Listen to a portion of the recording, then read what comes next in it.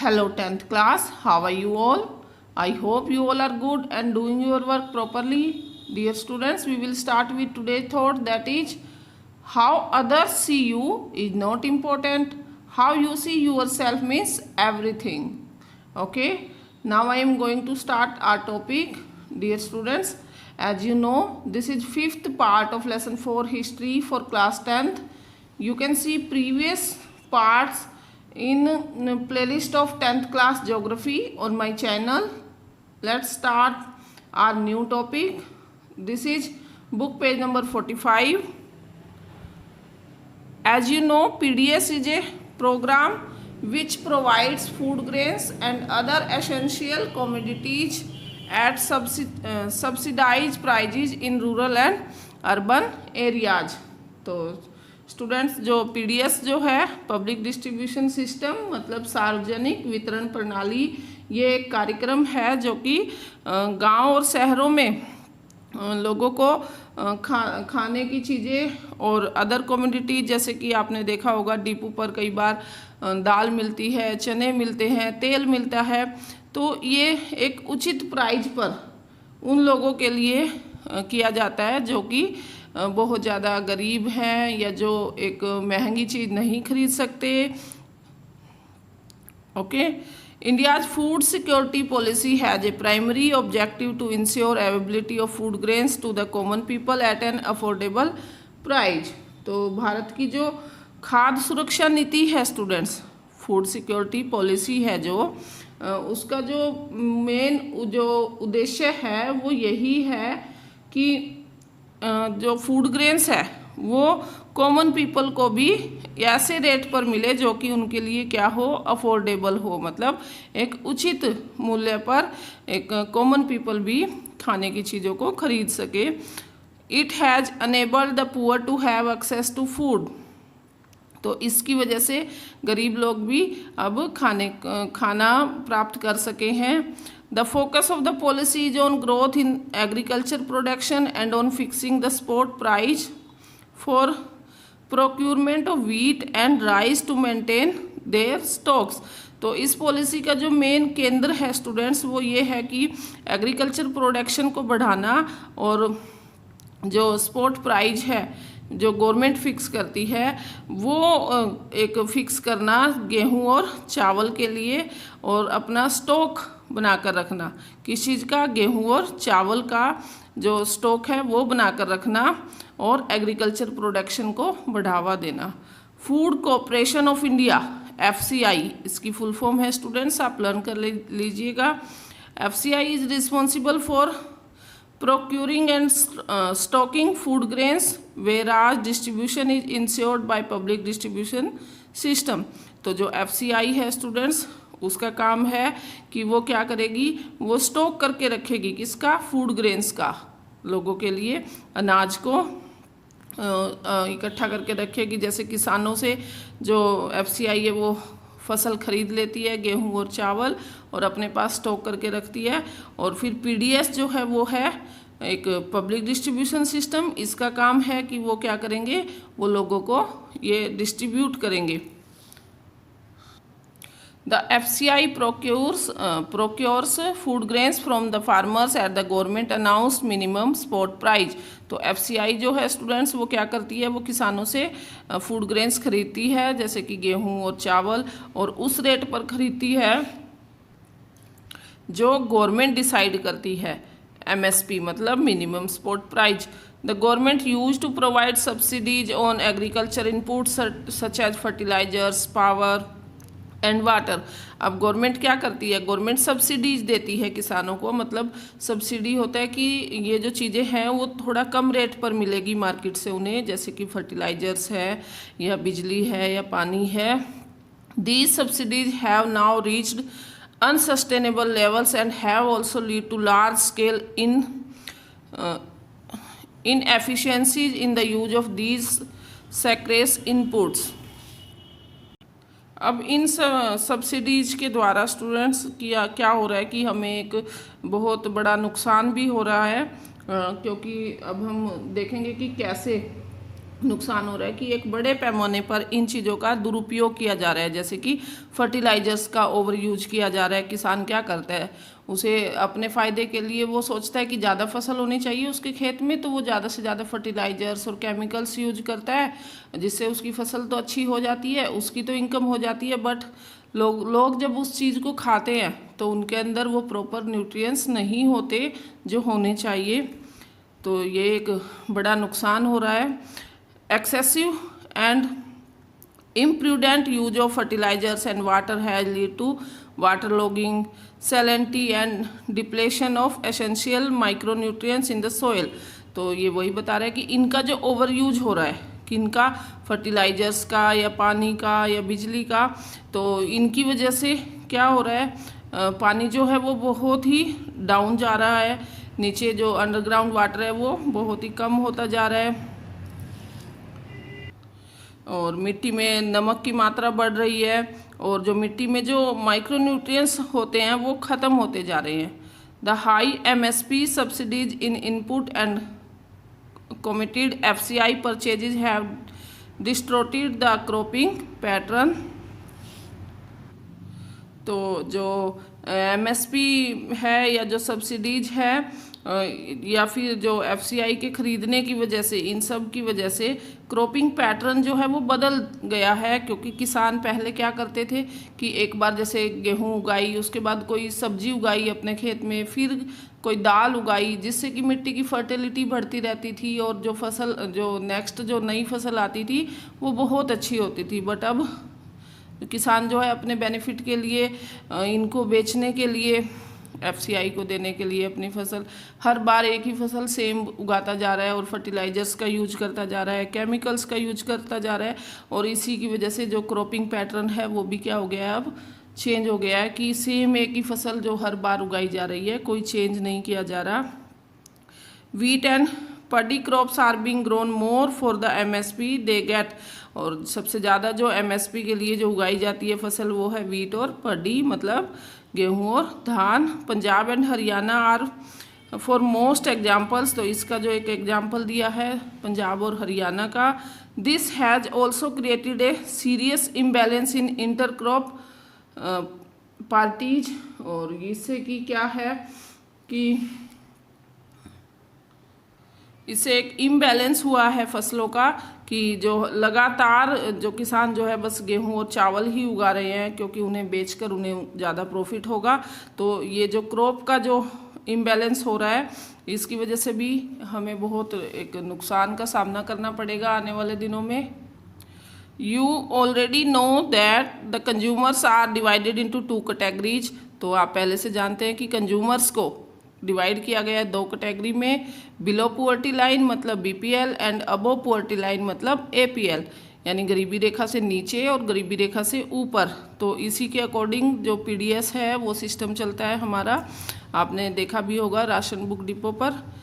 With the issue price being different for each category. और हर category के लिए जो प्राइस है वो भी क्या होगा, अलग होगा। जैसे कि जो बिलो पुअर्टी लाइन है उन्हें थोड़ा और सस्ता मिलेगा, जो अबो पुअर्टी लाइन है उन्हें थोड़ा कंपैरिजन टू BPL थोड़ा सा महंगा मिलेगा। However this categorization is not perfect and a number of deserving poor have been excluded from the BPL category। और ये जो सिस्टम है ये परफेक्ट नहीं है, क्योंकि कई बार जो गरीब है वो अब इस BPL कैटेगरी से भी निकल रहे हैं। बिल्कुल सही बात है। Moreover some of the so called APL slip back to BPL। और बहुत ज़्यादा जो है लोग APL से BPL में भी जा रहे हैं और BPL से APL में भी जा रहे हैं। तो ये कैसे हो रहा है, जैसे कि सपोज BPL में कोई व्यक्ति है बट उसकी लगातार 2-3 साल से फसल अच्छी हो रही है, उसको प्रॉफिट अच्छा हो रहा है, उसकी इनकम अच्छी हो रही है, तो वो बिलो पुअर्टी लाइन से अब किस में आ जाएगा, अबो पुअर्टी लाइन में। और अगर कोई अबो पुअर्टी लाइन में है और उसकी फसल अच्छी नहीं हो रही, हर बार उसे नुकसान हो रहा है, तो जिसकी वजह से उसे गरीबी का सामना करना पड़ रहा है, तो वो APL से किस में आ जाएगा, BPL में। Because of the failure of even one crop and it administratively difficult to accommodate such shift.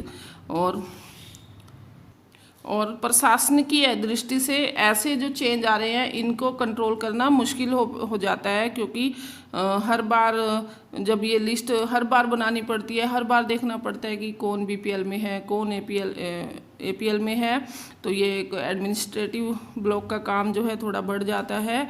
Each district and block can be made self sufficient in food grain production if government provide proper agricultural infrastructure, credit linkage and also encourage the use of latest techniques। तो यदि government चाहे तो वो लोगों को काफ़ी बढ़ावा दे सकती है खेती करने के लिए, और जिसमें कि वो एग्रीकल्चर इंफ्रास्ट्रक्चर को बढ़ा सकते हैं और लोगों को टेक्नोलॉजी के बारे में बता सकते हैं और इंक्रीज कर सकती है। तो ये गवर्नमेंट कर सकती है ये चीज़ें। Instead of concentrating only on rice or wheat, the food crop with a better growth potential in that particular area must be encouraged। तो यानी कि सरकार को लोगों को बढ़ावा देना चाहिए कि सरकार इनक्रेज करे लोगों को कि वो सिर्फ चावल और गेहूं को छोड़कर उस एरिया में होने वाली और जो चीज़ें हैं खाने की, चाहे वो फल है या कोई सब्जी है, उनको उगाए। Creation of necessary infrastructure like irrigation facilities, availability of electricity, etc. may also attract private investments in agriculture। और गवर्नमेंट को चाहिए कि इरिगेशन जो फैसिलिटीज है वो बढ़ाए, किसानों को लाइट प्रोवाइड कराए, ताकि लोग जो है एग्रीकल्चर में ज़्यादा से ज़्यादा इन्वेस्ट करें, ज़्यादा से ज़्यादा लोगों का इंटरेस्ट बने एग्रीकल्चर को करने के लिए। The focus on increasing food grain production which should be on A sustainable basis and also free trade in grains will create massive employment and reduce poverty in rural areas. तो इसमें बताया students की जो sustainable development है हमारा, कि जो सतत पोषणीय आधार पर अगर हम किसी प्रोडक्शन में वृद्धि करेंगे, अनाज के व्यापारों को बंधन से मुक्ति और भारी मात्रा में इससे क्या मिलेंगे, रोजगार मिलेंगे, और काफ़ी जो रूरल एरिया में गांव में जो गरीबी है, पुअर्टी है, वो क्या होगी, कम होगी। तो इसके लिए हमें पूरा फोकस किस पर देना चाहिए, सस्टेनेबल पर देना चाहिए। सस्टेनेबल आपको पता भी होगा कि हम अब भी यूज कर सके रिसोर्सेज का और आने वाली जनरेशन भी कर सके, तो हमें ऐसा काम करना चाहिए। There has been a gradual shift from cultivation of food crops of cultivation of fruits, vegetables, oil seeds and industrial crops. तो धीरे धीरे जो खाद्य फसलें हैं उनकी खेती का स्थान जो है वो किसने ले लिया है, फलों की खेती ने, सब्जियों की, तेल की, और जो भी इंडस्ट्रियल फसल है उन्होंने ले लिया है। This has lead to the reduction in net sown area under cereal and pulses. और इसका रिजल्ट ये हुआ है स्टूडेंट्स कि अगर ये ज़्यादा हो जाती हैं तो इससे हमारी जो खाने के अनाज और दालें हैं उनका जो एरिया है खेती का वो कम हो जाता है। With the growing population of India the decline food production puts a big question mark over the countries future food security. तो जैसे जैसे पॉपुलेशन बढ़ रही है, तो पॉपुलेशन बढ़ेगी तो खाने का क्या बढ़ेगा, डिमांड, खाने की डिमांड भी बढ़ेगी, और इसी की वजह से जो फूड प्रोडक्शन में जो डिक्लाइनिंग हो रही है, जो कमी हो रही है, ये एक बड़ा क्वेश्चन उठाता है हमारे देश के भविष्य में कि क्या हमारे पास भविष्य में फूड सिक्योरिटी है। जैसे कि अगर मान लो कि जैसे अब जनसंख्या बढ़ रही है और लोग जो हैं वो अपने प्रॉफिट के लिए खेती कर रहे हैं, जैसे कि अगर उन्हें लग रहा है कि फलों में उन्हें फ़ायदा हो रहा है तो वो फ्रूट्स की कर रहे हैं, या वेजिटेबल में हो रहा है वेजिटेबल की कर रहे हैं। इसका इफेक्ट रहेगा कि वो अनाज की कम करेंगे, और अनाज कम करेंगे तो जो बढ़ती हुई पॉपुलेशन को हम कैसे अनाज प्रोवाइड कराएंगे, तो ये एक गंभीर समस्या बनती जा रही है। The competition for land between non agricultural uses such as housing etcetera, इससे एक कंपटीशन भी बढ़ रहा है किसके बीच में, नॉन एग्रीकल्चरल यूजेज और हाउसिंग के बीच में, कि जिसमें खेती नहीं हो रही उस एरिया की भी जो है डिमांड ज़्यादा बढ़ेगी पॉपुलेशन की वजह से, और हाउसिंग की भी डिमांड बढ़ेगी। And agriculture has resulted in reduction in the net sown area, और इसकी वजह से क्या होगा कि पॉपुलेशन बढ़ रही है तो घर बनेंगे, नॉन एग्रीकल्चरल यूजेज जो जगह निकल रही है, जैसे फैक्ट्रियां बन रही है, रोड्स बन रहे हैं, इससे जो खेती का जो एरिया होगा वो क्या हो जाएगा, कम हो जाएगा। The productivity of land has started showing A decline trend. तो इसकी वजह से जो भूमि की भी प्रोडक्टिविटी भी क्या हो रही है, कम हो रही है, कि भूमि का जो उत्पादन हो रहा है, जैसे फसल जो आ रही है वो कम आ रही है, क्योंकि फर्टिलाइजर्स और pesticide and insecticide which once showed dramatic results are now being held responsible for degrading the soil. तो ये मिट्टी की प्रोडक्टिविटी, मतलब मिट्टी की, अगर मिट्टी की फर्टिलिटी कम हो जाएगी तो फसल भी कम आएगी। तो ये उसी प्रोडक्टिविटी की बात कर रहे हैं। जैसे कि ओवर यूज अगर इनका करेंगे फर्टिलाइजर्स का, पेस्टिसाइड्स का, तो इसका रिजल्ट ये रहेगा कि सोयल की क्या हो जाएगी, डिग्रेडिंग हो जाएगी, मतलब मिट्टी की फर्टिलिटी कम हो जाएगी, सोयल कम बचेगी। Periodic scarcity of water has led to reduction in area under irrigation. Inefficient water management has led to water logging and salinity. तो पानी की कमी यहाँ बता रहे हैं कि इसकी वजह से जो है इस सिंचाई के लिए पानी की कमी हो रही है, और इसके बाद जो मिट्टी में जो नमक बढ़ रहा है, लवणता बढ़ रही है, मिट्टी जो खारी हो रही है, मिट्टी के अंदर नमक की मात्रा बढ़ रही है, जिससे कि खेती पर इफेक्ट पड़ेगा और फसल क्या आएगी, कम आएगी। One important reason is land degradation. तो एक जो मुख्य कारण है इसका भूमि निम्नीकरण है, कि भूमि की जो भूमि है वो अब कम होती जा रही है। Free power to a section of farmers has encourage them to pump ground water to grow water intensive crop in low rainfall areas.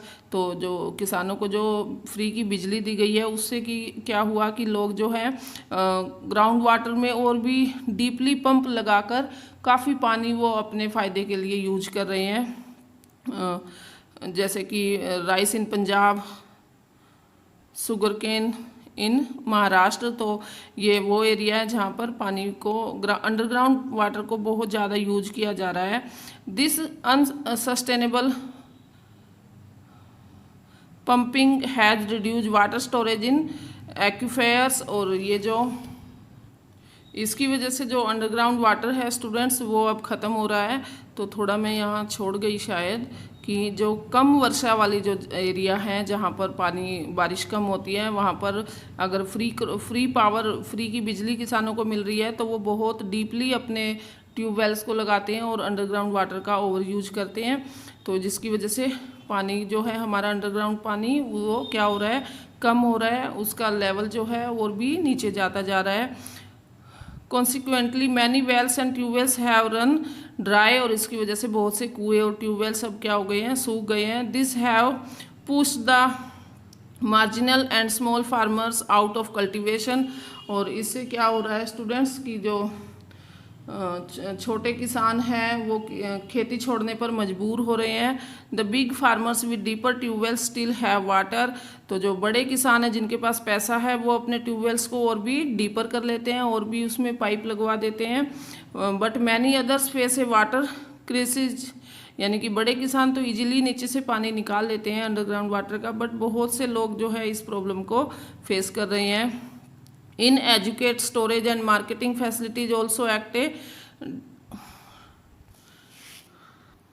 डिसइनकेंटिव to the farmers. तो एक और प्रॉब्लम जो किसान फेस कर रहे हैं स्टूडेंट्स, वो है कि उनके पास प्रॉपर स्टोरेज नहीं है। जैसे कि फसल काफ़ी सारी हो गई, लेकिन उसको स्टोर करने की जगह नहीं है, घर में भी इतनी जगह नहीं है, खेत में भी अगर वो रखते हैं तो बारिश आने की वजह से या ज़्यादा धूप की वजह से उनकी फसल ख़राब हो सकती है।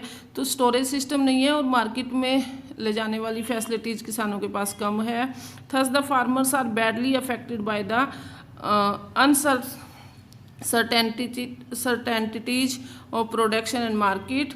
तो इससे किसान जो बुरी तरीके से प्रभावित हो रहे हैं, क्योंकि उन्हें अब उनका जो प्रोडक्शन है वो मार्केट में ले जाने में उन्हें बहुत ही मुश्किलों का सामना करना पड़ रहा है। मार्केट तक जाते जाते आधी फसल तो उनकी स्टोरेज की कमी की वजह से ख़राब हो जाती है। They suffer from a double disadvantage as they pay high prices और input such as HYV seeds, fertilisers etcetera. और उन्हें डबल नुकसान हो रहा है, क्योंकि वे जो पहले जो फसल के लिए उन्हें जो इनपुट चाहिए उन पर उन्हें बहुत ज़्यादा पैसा लगाना पड़ रहा है। जैसे HIV सीड्स भी महंगे होते हैं, फर्टिलाइजर्स भी महंगे होते हैं, but lack the bargaining power to fix prices in their favour. और फिर जो फसल का जो रेट निकलता है वो भी उनके फेवर में नहीं होता। All the production reaches the market and simultaneously the higher the supply the lower is the demand. This causes distress sale also, therefore there can be no food security without the security of the small farmers. तो students यहाँ बताया जा रहा है कि उन्हें काफ़ी पैसा लगाना पड़ता है, पहले तो फर्टिलाइजर्स वगैरह पर, और फिर अपनी फसल के मूल्य बढ़ाने पर भी उन्हें काफ़ी स्ट्रगल करना पड़ता है। फिर जो किसान की फसल जो है वो एक साथ मंडी में पहुंचती है, यानी मंडी में एक साथ बहुत ज़्यादा हो जाने की वजह से उनकी जो फसल का रेट है उन्हें कम मिलता है। फिर उन्हें मजबूरी में उसी रेट पर अपनी फसल बेचनी पड़ती है। इसकी वजह से जो छोटे किसान हैं उनकी सुरक्षा बिना खाद्य सुरक्षा के संभव नहीं है, यानी कि उन्हें भी फूड सिक्योरिटी दी जाए तभी वो क्या होंगे। अगर किसानों को इस तरह से लॉस होगा तो वो क्या करेंगे, वो खेती करना छोड़ देंगे, कुछ और काम ढूंढेंगे। और जिससे कि अगर ऐसा ही चलता रहा तो आने वाले टाइम में क्या होगा कि जो इतनी पॉपुलेशन बढ़ रही है उनको क्या खाने की डिमांड पूरी हो सकती है उनकी? बिल्कुल भी नहीं हो सकती। तो इसीलिए गवर्नमेंट को चाहिए कि किसानों को भी फूड सिक्योरिटी दी जाए, जैसे कि उन्हें स्टोरेज दिया जाए उन्हें, कि अगर उनकी फसल ज़्यादा है तो वो वहाँ पर इजीली स्टोर कर सके, जहाँ पर टेम्परेचर मेंटेन करके उस फसल की लाइफ को बढ़ाया जा सकता है। तो ऐसी काफ़ी सारी चीज़ें हैं जो गवर्नमेंट जो है किसानों के लिए कर सकती है। ओके, नेक्स्ट टॉपिक हम हमारी नेक्स्ट वीडियो में रीड करेंगे स्टूडेंट्स। आई होप यहाँ तक आपको समझ आ गया होगा, यहाँ तक आपने सभी इंपॉर्टेंट पॉइंट्स लर्न कर लेने हैं।